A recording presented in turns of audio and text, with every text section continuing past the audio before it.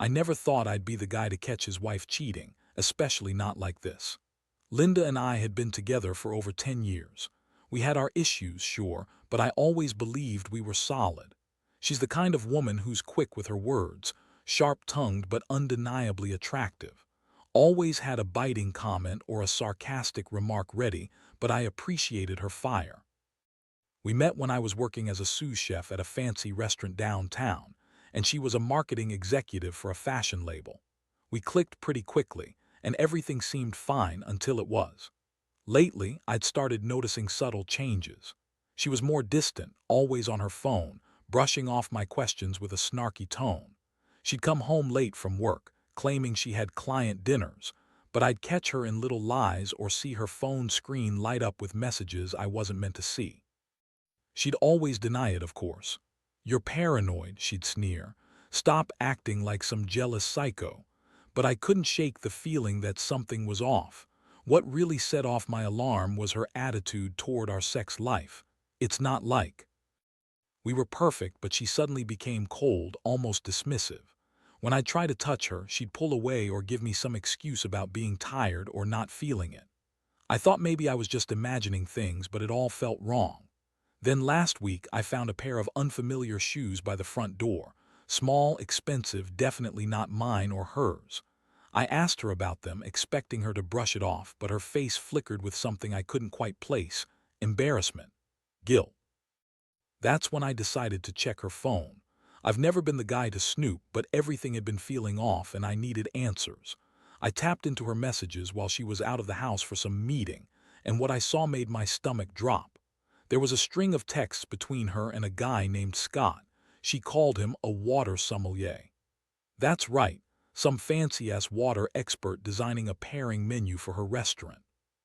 They'd been talking for months, apparently, during these taste profile sessions.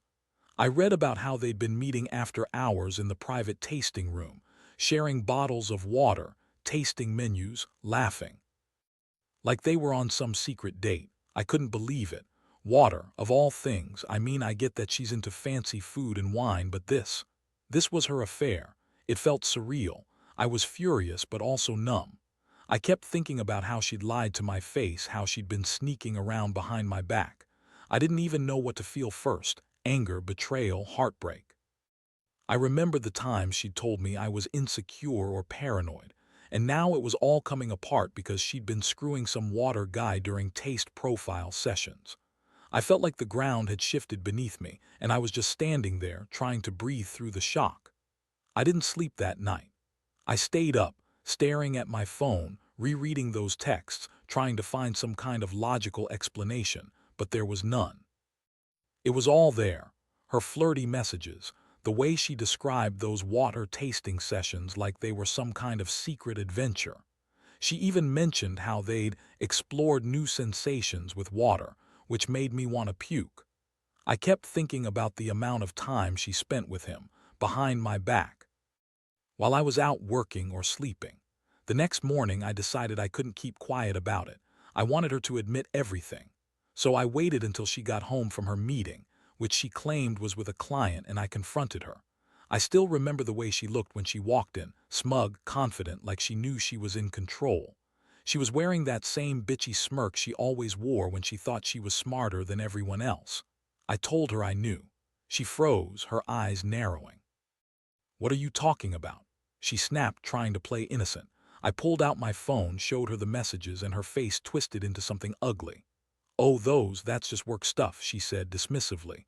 "You're overreacting, it's not what you think." But I knew better. I told her I saw everything, how they'd been sneaking around, drinking water, designing menus, and probably doing more than that. Her reaction was instant. She rolled her eyes so hard I thought they'd fall out. "Are you serious? Scott's just a water guy. He's not even that good looking," she spat, trying to downplay it. "You're just jealous because I have a life outside of this stupid marriage." It was classic Linda: deflect, deny, insult. I felt my stomach tighten. How could she call what she was doing just water when it was obviously so much more? That's when I realized she was bullshitting me. She was trying to make me feel like I was crazy, like this was all in my head. But I wasn't buying it. I told her I'd had enough, that I wasn't going to be played for a fool anymore. She just shrugged, said I was being insecure, clingy, and that I needed to grow up. That's when I knew she'd been lying for a while and I'd just been too blind to see it. I wasn't going to let her keep humiliating me like this. I wanted to do something, anything, to make her pay for betraying me in such a petty, disgusting way. After that confrontation, everything changed inside me. I didn't feel the same anymore. The anger was like a fire burning in my chest, but underneath it was a deep, aching hurt. I'd trusted her for so long, believed in the life we built together. And now I was staring at her, seeing her for what she really was, a woman capable of lying, cheating, and sneaking around over some stupid water tasting sessions. The thought that she'd spent months lying to my face, sharing secret smiles and flirtations with Scott, made me feel sick. I began to think about what I wanted to do next, how I could make her feel some of the pain she'd caused me. I started plotting, but not in an obvious way. I knew I had to be smart, strategic. I didn't want her to think I was just some enraged husband ready to explode. I needed a plan that would shake her up, make her realize I wasn't going to be her doormat. That's when I remembered the security system footage from the restaurant's private tasting room. It recorded everything, those after-hours meetings, those moments when I suspected she was with Scott. I had access to the files because I'd been reviewing them for some reason, maybe subconsciously trying to catch her, or maybe just to see if I was imagining things.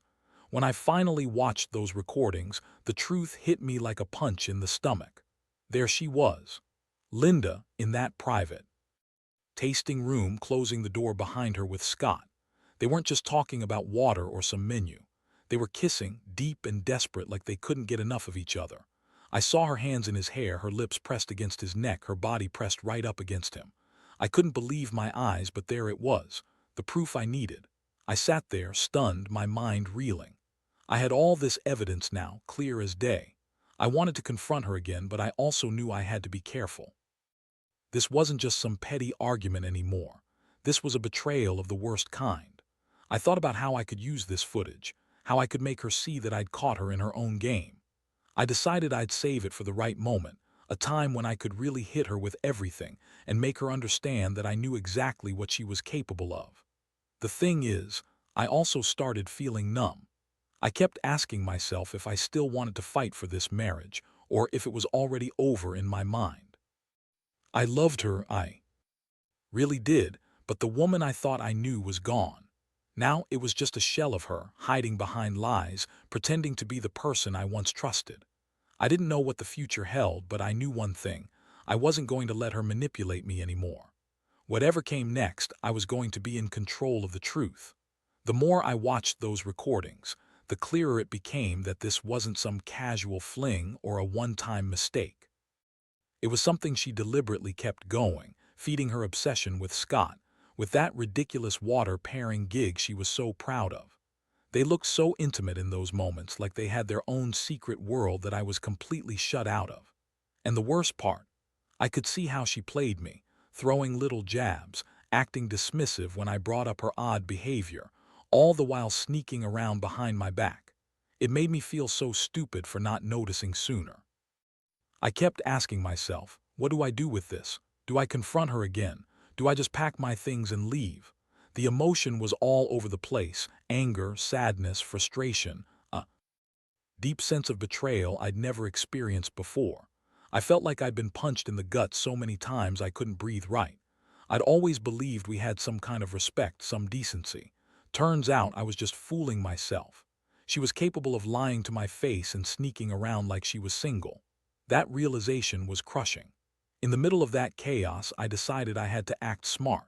I couldn't just burst in and accuse her again, not without solid proof.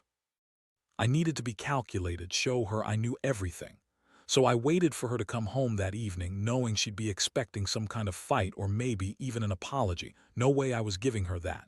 Instead, I prepared myself to give her a taste of her own medicine. When she walked in, arms crossed, that usual smirk on her face, I looked her right in the eyes. "We need to talk," I said coldly. She rolled her eyes, snap-ready. "What now? I told you I was busy." I pulled out my phone, and with deliberate calm, I played the footage on the screen. Her face instantly changed, first confusion, then Panic, I saw her eyes dart around, searching for some kind of escape, some way to deny it, but she knew I had her dead to rights. "What is this?" she spat, trying to regain her composure. "That's you and Scott, right? In the tasting room, kissing, touching, hell, I even saw her hands in your hair. Tell me, Linda, how long has this been going on?" I demanded, voice steady but with a bite behind it. She opened her mouth to lie again, but I was done playing her games. "Save it," I said.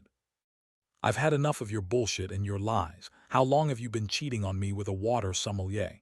Her face twisted into something ugly, defensive, angry, dismissive. "Oh, please," she snapped. "It's not what you think. You're just insecure, jealous, whatever. Scott's just a friend. We're just working on some stupid menu. It's not like I'm screwing him or anything." Her lies were so transparent I almost laughed, but I knew better. I could see through her like glass. I told her I didn't believe her and that I was done being played for a fool.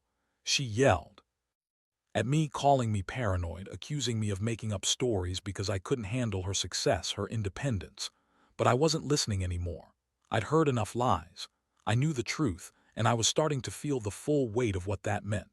After that night, everything shifted. I couldn't pretend I hadn't seen what I saw, and I couldn't keep pretending I was okay with her lying to my face. I felt so betrayed, so hurt that I didn't even know who she really was anymore.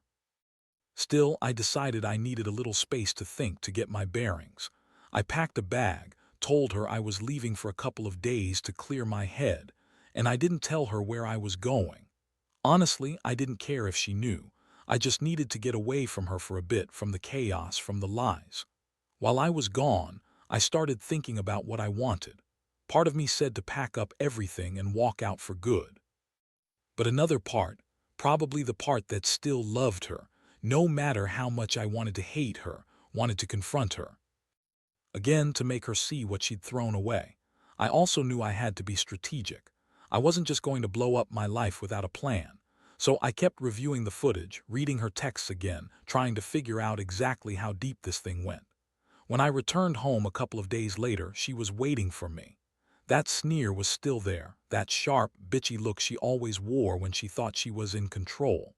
I didn't waste time. I told her I knew everything about the affair, about the secret meetings in the tasting room, about Scott. She tried to deny it, but I just showed her the videos again, right there in front of her. Her face went pale for a moment, but then she burst out laughing. "Seriously," she said, eyes narrowing. "You think some stupid video is enough to ruin everything? Grow up. This isn't some soap opera." Her dismissiveness only made my blood boil. I told her I didn't care how serious she thought it was. She'd been lying to me for months. That she'd been screwing around with some water guy, who she called a friend. Of course, while I was out working to keep our life afloat. She just shrugged, acting like I was overreacting, like she hadn't done anything wrong. That's when I snapped. I told her I couldn't do this anymore, her lies, her sneaking around, her bitchy attitude. I said I was done pretending that her side of the story mattered when all I could see was her betrayal. I told her I was filing for divorce and that I wanted her out of my house. Her reaction. She threw a fit, called me a jealous psycho, said I was overreacting because I couldn't handle her success and independence. But the truth was, I just couldn't take the facade anymore. I felt so humiliated, so angry. I realized I'd been living in her shadow, and now I was finally waking up to what she really was, a woman who'd betray her vows over some stupid affair with a water sommelier. That's how I knew I had to cut her out of my life for good. In the days that followed, everything happened so fast. I moved out of the house, packed up my things, and left her standing there, still trying to deny what I'd already seen with my own eyes. I felt a strange mix of relief and emptiness. Part of me was glad I finally saw her true colors, but another part felt the ache of betrayal so deep I wondered if I'd ever fully recover. I kept replaying those moments in my head, the lies, the sneaking around, the way she thought she could get away with it all. The divorce process was messy, of course. She tried every trick in the book to manipulate me into backing down, saying she'd change, that she'd never do it again, that she loved me. But I wasn't naive anymore. I knew her for what she was. I refused to be a pawn in her game. I wanted closure, and I knew I had to stand firm. It wasn't easy. Every time I saw her or talked to her, I felt a surge of anger, sadness, and contempt. But I also realized something important. I deserved better. I deserved honesty, respect, someone who wouldn't betray me over some fancy water guy. Looking back, I can say I learned a lot from this whole nightmare. Trust is fragile, and once broken, it's almost impossible to fix. I also learned that people are capable of hiding their true selves behind a mask. Linda was proof of that. Even the ones you think you know best can surprise you with how low they're willing to go. The betrayal hurts, yeah, but it also clears your vision. It forces you to see things in a way you never did before. I'll never forget what she did, but I refuse to let it define me. Now I'm rebuilding my life. It's not perfect, but it's mine again. I'm more cautious about who I trust, more aware of the warning signs, and more careful about giving someone my all. I don't regret catching her or ending it. If anything, it's been a wake-up call. The biggest lesson: never ignore your gut and don't let anyone cheat you out of your self-respect. Because in the end, that's all you really have. And no water-tasting affair, no matter how fancy or secret, can replace your dignity.